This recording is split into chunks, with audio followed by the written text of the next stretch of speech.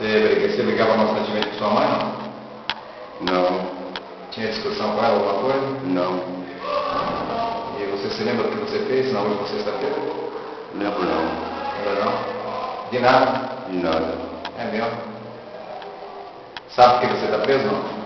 Sim. Por quê?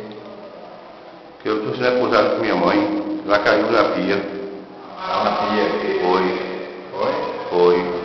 E as porradas que ela levou na cabeça, oriunda de quê? Foi, ó, que ela caiu de tontura, ela já tinha já. Foi? Foi. Você não fez nada, você não tem nada a ver. Não tem nada a ver. É mesmo? É. Me prenderem injustamente. Fez justamente. Que coisa, hein? Você não tem vergonha não? Prender o rapaz injustamente? Acusar o rapaz de matar a própria mãe? Você toma remédio controlado? Tomo. Mas você é paciente do CAPS há muito tempo? Paciente do carro. É? É.